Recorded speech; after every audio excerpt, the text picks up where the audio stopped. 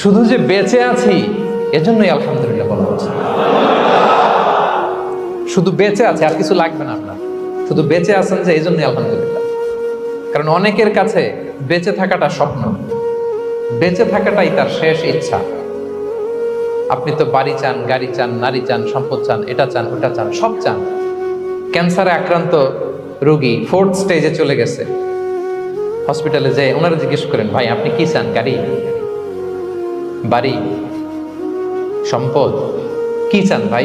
বলবে, ভাই আমি শুধু বাঁচতে চাই। 4th স্টেজে চলে গেছে, ক্যান্সারে আক্রান্ত, ও কি চায়? আপনার তো কিছুই নাই, আপনি আর আলহামদুলিল্লাহ বলবেন কেন? বেঁচে যা আছেন এটা তো আপনার মাথায় আসে না, যে এটাও যে একটা বড় নেয়ামত। এটা বুঝবেন তার সামনে দাঁড়ালে, যে বেঁচে থাকার জন্য স্ট্রাগল করে যাচ্ছে।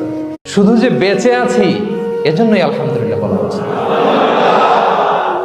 শুধু বেঁচে আছে, আর কিছু লাগবে না আপনার। শুধু বেঁচে আছেন যে এই জন্যই আলহামদুলিল্লাহ।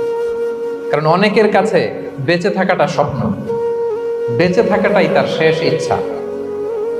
আপনি তো বাড়ি চান, গাড়ি চান, নারী চান, সম্পদ চান, এটা চান, ওটা চান, সব চান।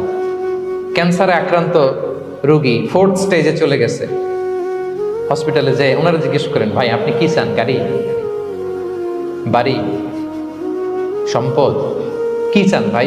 বলবে, ভাই আমি শুধু বাঁচতে চাই। 4th স্টেজে চলে গেছে, ক্যান্সারে আক্রান্ত, ও কি চায়?